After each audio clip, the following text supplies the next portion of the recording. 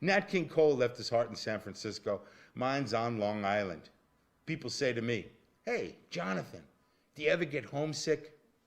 And my answer's been for 30 years, people, only when I breathe. Oh, well, anyway, we've got a great show for you tonight with guests from India to England to Stockholm to the capital of Germany itself. That's right. And my first guest today is my buddy, Ram Das Batchelder.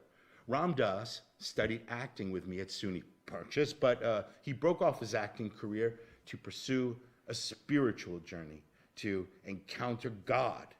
Now he and his wife Tarinima live in India as devotees of the hugging saint Amma.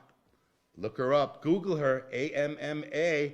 Yeah, Mark's holding up a picture of her right there. She's gorgeous, right? Yes, she is hugging everybody. Now, Ram Das. Hug right now. Hug, hug. Thank you, Amma. Now, you would think if you're pursuing a spiritual journey that you'd be meditating all the time and doing yoga all the time. Well, Ram Dass does that too, but he has dedicated a great deal of his time to organizing and carrying out feedings and charity work in both India and in Venezuela. He's also the author of this wonderful book, Rising in Love, and 5 other books. And he's coming to us live. I have one copy of it right here, Rising in Love. It's on Amazon. Awesome. Now, he's coming to us live. Where are you from? From Amritapuri, India. Is that right? How you doing, Ram Dass? I'm doing great, John. It was so nice to talk to you. Are you hanging in there in these tough times? I'm doing great. Really, you know, in a way, my life hasn't changed that much. The ashram is very safe. Nobody's allowed to even visit. And so it's there's no COVID here. Okay. We do wear masks, but you know, basically my life is so focused on meditation and writing and spending as much time as I can every day with Amma. And you know, she's a radiant, God-realized being, and who is hearing your every thought all the time. So it is an extraordinary blessing just to be with her and to meditate as much as I can. Yeah, well, and, I'm working on the Spanish translation of Rising in Love right now. Okay. Almost finished. How do you say Rising in Love in Spanish? Ascenso al amor. Ascenso al amor. Do you hear that, all my Spanish friends? Ole. Sí, sí, señor. All right, very good. Oh, that's great. So one thing about Amma that's really special for people who don't know is she's known as the hugging saint. And Amma, how many people does she hug in one sitting? I mean, it looked like I saw a whole football stadium full of people waiting to hug Amma. How many people on average wait to get a hug from her? It just depends on what kind of program it is and where it is. But, you know, in India, when she's doing public programs, there might be 50,000 people in the hall, and she might hug 25,000 people in a single day. Wow. And it will go from 11 a.m. until maybe 2 o'clock in the morning. Doesn't she get tired? Maybe she takes a 10-minute bathroom break during that time. So she might be hugging 20,000 or 25,000 people in a single day. I think that's definitely happened many times.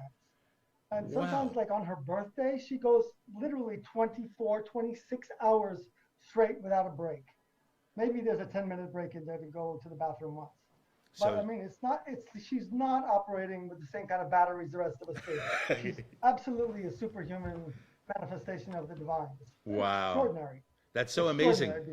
And it is, yeah. And so if part of her, you know, her MO is this hugging and giving this hugging love to people. What does she do now with the COVID situation? Have things changed?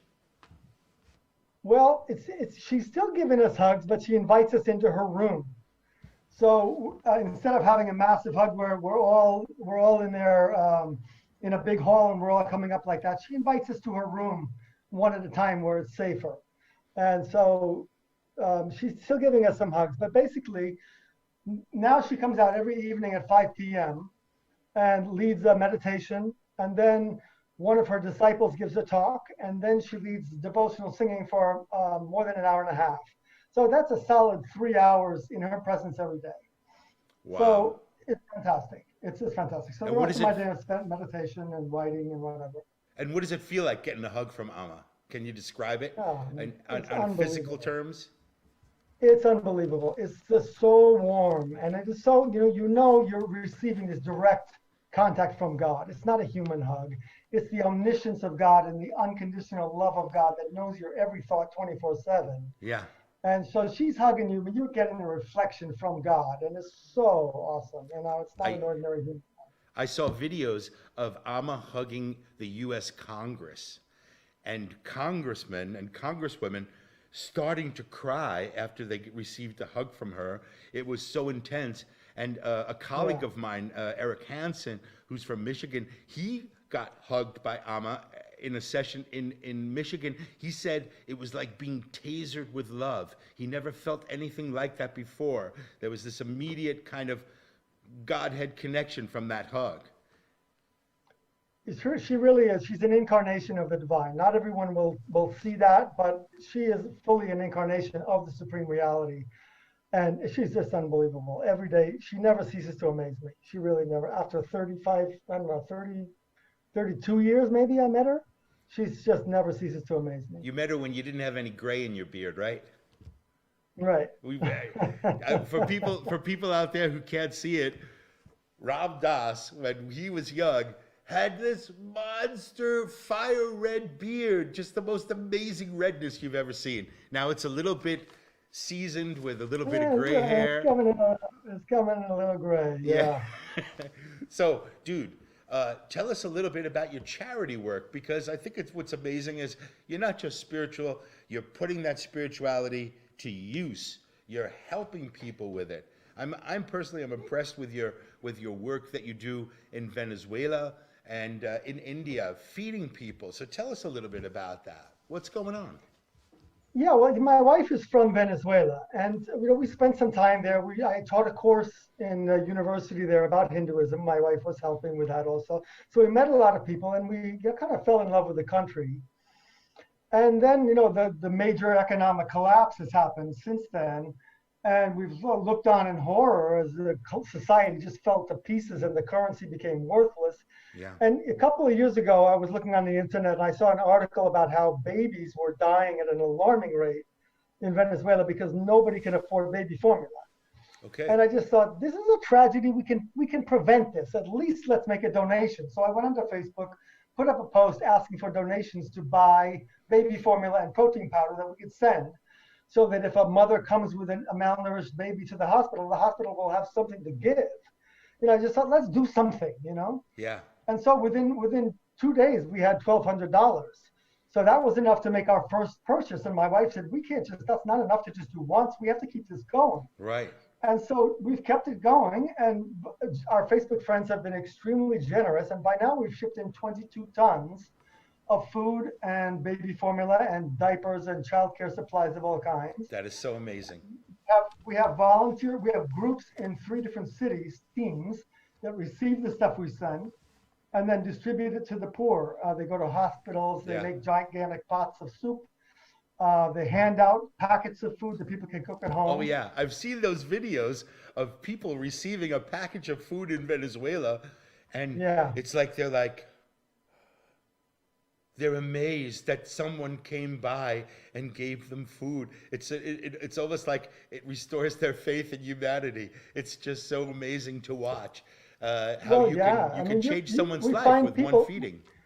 The thing is, in Venezuela, everybody is hungry now. They struggle to get one decent meal a day if they can, and you find people eating out of the garbage. And we, saw a 10-year-old girl fishing through the garbage, and she's got banana peels in her hand. She found banana peels. Yeah. She can boil them and make a meal out of that. This is the state of Venezuela right now. And that's just about almost everybody. Nobody can afford a good meal. So when we're out there doing our best right now, of course the virus is there also, so we have to wear masks and we have to have some social distancing.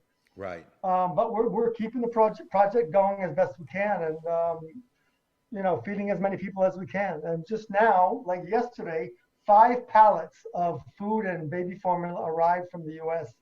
that were delayed for 2 months in customs because of the shutdown. Oh my God! And they just arrived, so we're thrilled about that. So we've got plenty of food, and we're going to ship half of it to the other teams, and it's going to be gung ho. And the other thing that's interesting is that here we are in India. My wife was leading a tour. She's a tour guide. We do tours together sometimes. This one she was leading by herself. Yeah, right. I've seen that. She was Yeah. up in North India, in Rishikesh, and suddenly the country shut down. Oh, And so she wasn't able to move. She wasn't able to even leave the little district she was in. oh no. And so she's been stuck up there. We're 1,800 miles apart now. I'm in the south of India. She's in the very north. Oh my goodness. But within a week or two, she became aware of the suffering of the poor in India due to the shutdown. All right. Because like migrant workers are there, they come to construct a building, and now because of the lockdown, the work is canceled. Yeah. So that means their salary is canceled. They're not getting any they're income. starving. Yeah. They're starving, and there's no way for them to eat, and they're there with their families and their kids, and they're sleeping in the dusty construction site, and they have no food. Wow. And no money and no way to get money. And the other poor people are out there, they were begging on the street before, but now nobody's allowed on the street. So they can't make a living even begging or day laboring. Well, there's no more labor. So lockdown in India is very extreme. Yeah. It's extreme. So the poor who live hand to mouth day by day, they're really out of luck, right? Yeah. So my wife realized this, and she saw there were a couple of guys doing some good work of bringing food to the poor. So she joined their team, and I've become the fundraiser, again, posting on Facebook. And we've been able to feed 2,200 families, and we're giving them not just a little bit of food, we're giving them giant bags of food, enough to keep the families going for 10 to 14 days. Fantastic. It depends, of course, on how big the family is. If you got 9 kids and 2 grandparents, then that food won't last for maybe 5 or 6 days. Okay, before we wrap it up, Ramdas, do you have like a link that you can show us? Yes, I do, as a matter of fact. Oh, okay. That looks We pretty can good. totally not Wait a read minute, that. There you go. Okay, I don't know if the viewers can read that. I can't read that from here, but oh yeah, Daniel is nodding. He's saying you could read it. You can read it. So, people, there's going to be that link there. I would say, Ramdas, in the comment section, you can put in that link, and then people will know where to go, and they'll be able to. For sure, I'll do that. To donate. Yeah. And it's a great feeling to donate. It's a wonderful feeling knowing that you're helping somebody far away that you have no contact with, but are going to get food because you made the effort to just donate a little bit of money to help it along. Okay, so Ramdas. Even a small donation goes a long way. That's right, and I think that's the amazing thing. You're not feeding everyone. You're feeding some people as well as you can for as long as you can, and every little bit counts. Is that right, Ramdas? That's right. Okay, buddy. $10 can help one family for 2 weeks. Wow. Think about That's that, viewers, and find that link in our comment section of the Expat Knuckleheads and make a donation if you can. Ramdas, thank you so much. Please stay on the line, hang out. I will, General. I love you, buddy. You are I so love you awesome. too, man. I love I'm you so so much, proud of the John. work you're doing. You're the best. You rock. You are a rock I love star. you, John. I love you too, Say bud. now. Okay, so that was Ramdas Batchelder coming to you from Amritapuri, India.